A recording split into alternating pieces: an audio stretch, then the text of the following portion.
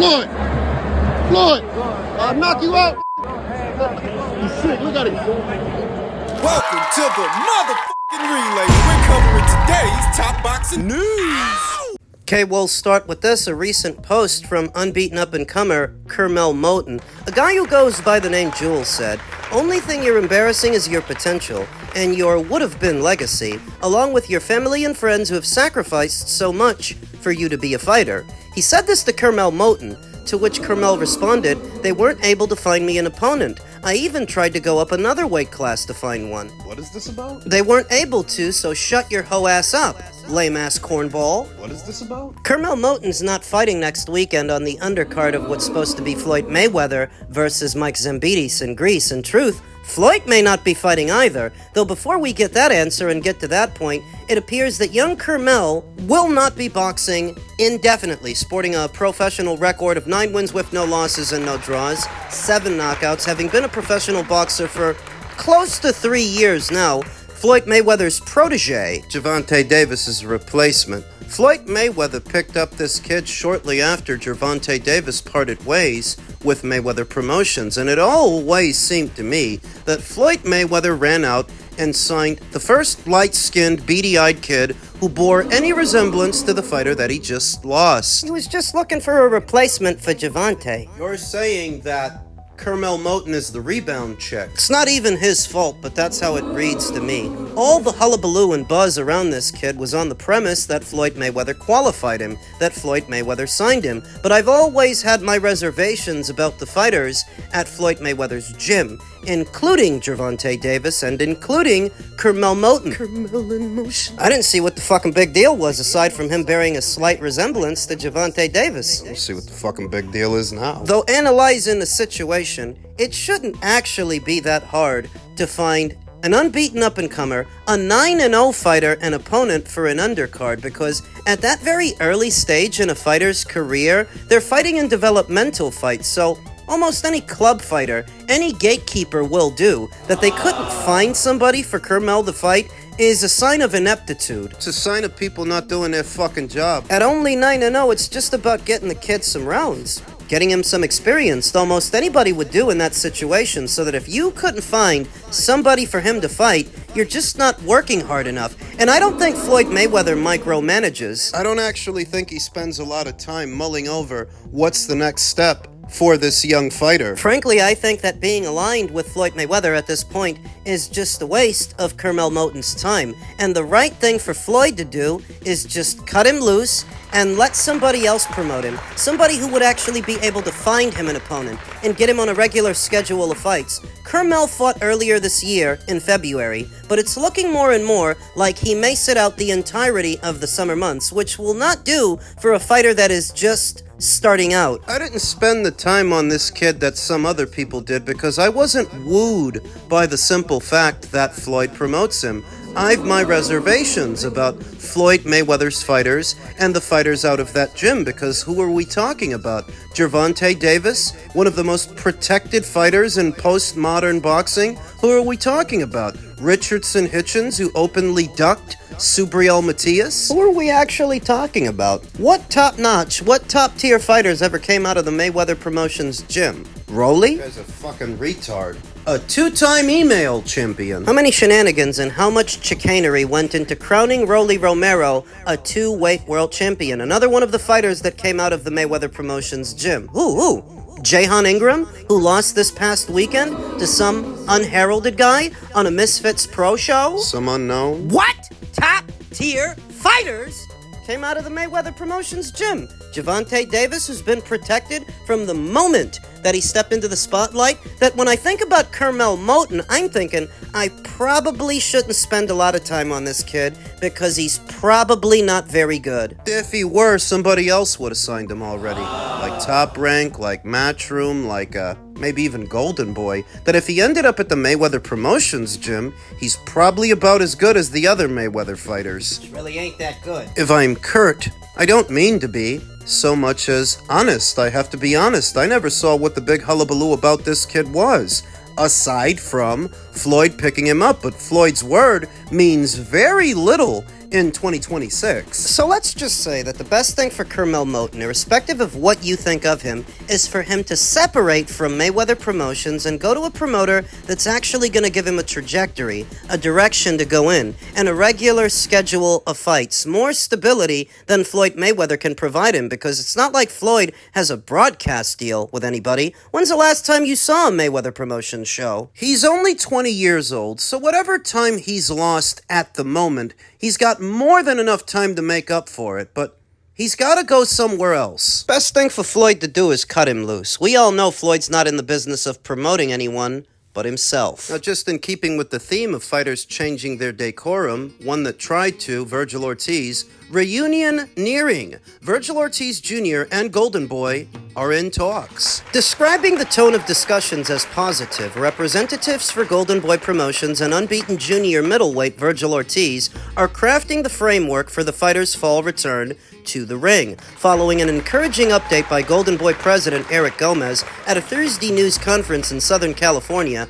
Ortiz's manager Rick Merrigan said Gomez's characterization of the talks is accurate. Goldenboy CEO Oscar De La Hoya will ultimately decide how the negotiations fare as the days tick toward a scheduled summer federal court arbitration hearing in Las Vegas. The 28-year-old Ortiz, 24-0 with 22 KOs, hasn't fought since his November 8th second-round knockout of Erickson Lubricant in Ortiz's home state of Texas. So if talks go smoothly over the summer months, and I think they're going to, Virgil will then return in the fall, which I said he would. But that still creates a lot of lost time to make up for. That would essentially mean Virgil would have sat out most of this year. Inactivity, stints of it, are a common theme in Virgil's career. At what was Vergil Ortiz's last fight with Erickson Lubin, unified welterweight champion Jaron Boots was watching from ringside, and the pair ultimately faced off in the ring. The time for a showdown between the talented duo in their prime seemed at hand. Instead, Ortiz and Merrigan complained they received a low-ball offer from Goldenboy, while De La Hoya countered Merrigan was seeking an exit and negotiating with other promoters as opposing lawsuits were filed, and Ennis moved on to next week's unified junior middleweight title shot at champion Xander Zayas at the Barclays Center, while De La Hoya did not immediately return a Friday phone message left by Boxing Scene. Gomez said this at Thursday's news conference for unified minimum weight champion Oscar Collazo's DAZN main event. We're hoping to work something out. Merrigan said it's his understanding Goldenboy is targeting a main event for Ortiz, likely to follow the promotion's separate involvement in a first WBC welterweight title defense by new champion Ryan Garcia in September. Merrigan expressed hope in the process, reminding of his fighter's longtime admiration and loyalty of De La Hoya. Eric Gomez, I feel, has been sincere with his efforts, as well as we have on our side. As we put a lot of time in, Merrigan said Friday, this will come down to what the boss, Oscar, thinks. To close it out, the framework is there to make something happen. Mao! Vergil Ortiz needs to get active as much as Goldenboy needs him to be active. At this point, they need each other. Goldenboy cannot afford to keep him on the bench out of spite, collecting dust. That does nothing for them. They have content they need to provide their broadcast partner while they still have one. A relationship built over many years may bend but not often break when the sides look at the good things that took place as well, said Merrigan. He would assume possible opponents could include fellow Texan and former undisputed junior middleweight champion Curmel Moton, WBC junior middleweight champion Sebastian Fundora, or the winner of the July 25th Errol Spence Jr. versus Tim Tszyu fight. There was also a mention of a potential Ryan Garcia fight. I couldn't believe my eyes when I saw it. Let's address these potential opponent options in sequence and which fights are likelier to happen than not. Curmel Moton's name is already attached to the winner of Spence versus Tszyu. And if it happens that way, neither of the three will be available to fight Vergil Ortiz. In fact, the only way I see the winner of that fight potentially facing Virgil is if the winner is Tim Tszyu, and even then it's not a lock, because him and Curmel Moton They do have unfinished business. They do have history. So I don't think that fight is all that likely for Vergil in the fall. I don't think the Bryan Garcia fight is all that likely either. Why would Bryan Garcia concede weight to Vergil Ortiz at 154 when he's currently a champion at 147, with equally high-paying options right there at 147 that would not require him to go anywhere? He can run it back with Devin. He can run it back with Rolly, to where he doesn't need to move up to 154 to fight Vergil Ortiz for an interim title. He already has a full one. Even though they're on the same side of the street, promoted by the same promoter, and boxing on the same platform, I don't really view Vergil Ortiz versus Bryan Garcia as being realistic. And remember that if Virgil comes back in the fall, it will have been a long time since that fighter saw action, to where I think his days as a junior middleweight are numbered. That leaves only the Sebastian Fundora fight that actually has a precedent to happen, because Sebastian still has the full WBC title and Virgil's got the interim. The World Boxing Council don't seem all that interested in ordering that fight, even though Virgil's been interim champion for 2 years, and Sebastian's been full champion for 2 years, and you're telling me that in 2 years, the WBC never ordered it as easily as they've ordered other fights like Bivol versus Benavidez or Mikhailian versus Benavidez. The two teams have never petitioned for it. Virgil's not petitioned the WBC to fight Sebastian. So is he content just holding a secondary title instead of a full one? He never fought for a full one at 147. Is he about to not fight for a full one at 154? What gives? That's one of the best fights to make at 154. Promises to be a barn burner. Though even with that one, I don't know how likely it is, because we all know that Sebastian Fundora is a protected fighter, protected by Samson Lukowicz. Money's gonna be an issue. It could be. The amount of time Virgil will have spent off could also be an issue. The night of, it could be upwards of a year's time from his last fight with Erickson Lubin. I told you, inactivity is a recurring theme with Virgil, which wouldn't favor him ahead of a fight like that. So here's what I think. Like I've been telling you in previous videos and live streams, I expect that they will be able to smooth things over the summer months. Virgil will fight again, because Virgil needs to fight just as much as Goldenboy needs him active. They need each other. Goldenboy doesn't have that deep a stable, and they only have a few flagship fighters. Virgil is one of them. Now, they were fortunate enough to get a renewed DAZN deal earlier this year, but it's getting crowded over there at DAZN now that Misfits Pro, Top Rank, Boxer, potentially the PBC per rumors, are all over there. Goldenboy cannot afford to be asleep at the wheel. This newly inked deal they signed earlier this year, it's not for that long a period. I believe it's only for 2 years. So you've got 2 years to justify why they should keep you on the platform, because they've got no shortage of promoters that they're working with, big and small. You need to provide them with the best content possible, and it doesn't help your situation that one of your more popular fighters, one of your flagship fighters, will have sat out most of this year. You need him to get active, and not just active, you need to put him in interesting and meaningful fights that move the needle. You need to petition the WBC. Smooth things over with Virgil as soon as possible so that you can get him out as early as the end of August or the beginning of September. Then you get him another fight, a bigger fight. Let the first one be a tune-up, Even though the last one was a tune-up. then get him a bigger one.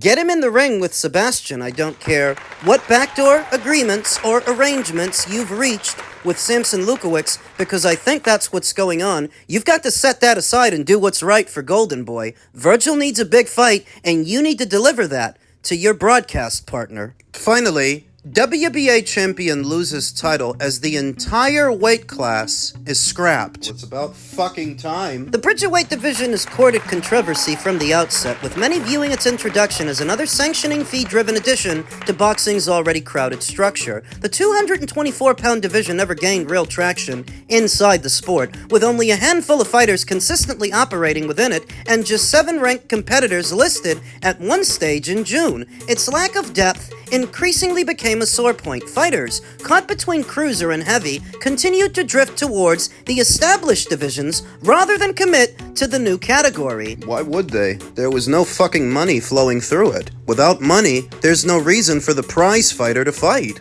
The World Boxing Association has now confirmed it will discontinue recognition of the Super Cruiserweight division, effectively bringing an end to the experiment and closing a short-lived chapter in its weight class expansion. The World Boxing Association said the WBA remains committed to its goal of reducing the number of world champions, and our recent decisions continue to move in that direction. In this regard, it is important to note that 3 recently announced bouts have not been approved by the WBA as of this date, following recent media reports regarding bantam, minimum, and light fly world title fights. The WBA clarifies that these bouts have not yet received official approval. A formal statement from the Champions Committee will follow shortly. The decision comes on the same day the WBA promised to reduce the number of titles in circulation for the 4th time in 13 years. Which we talked about in my previous video. A division born from the expansion era, Bridgerweight was first introduced in 2020 by the WBC before being adopted and rebranded by the WBA as Super Cruiser,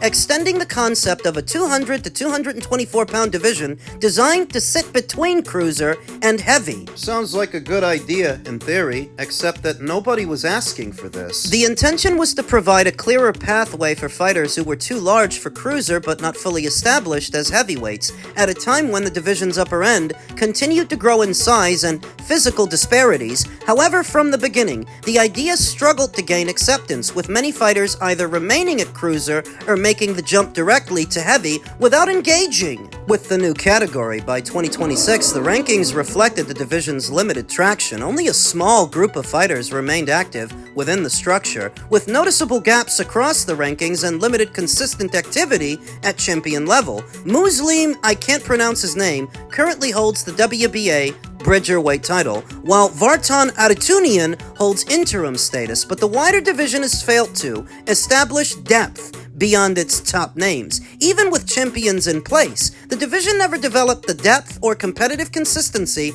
required to establish long-term credibility. Well, I told you it wouldn't. The problem with this division always was that it doesn't meet an actual need, because it wasn't the fighters themselves that asked for a division in between cruiser and heavy, and if anything, if you wanted to bridge a gap, you should have bridged the gap between light heavy and cruiser. As there is a greater disparity in size between light heavyweights and cruisers, that would have made more sense, but of course, that's yet another division that nobody is asking for. It was sort of a reminder to the WBC and the WBA jointly, the only 2 organizations that recognize this division. You don't really decide what goes on in boxing, the fighters do, and if the fighters don't want to campaign there, you don't have a division. The fighters are going to go where the money is, and the money's either at cruiser or heavy, but your new division, hand out as many titles as you like. Nobody's gonna campaign there. Now, this all started with the World Boxing Council, and the WBA followed suit, almost as a favor to them. Because this is really the WBC's baby. WBA follows suit, goes as far as having a falling out with BoxRec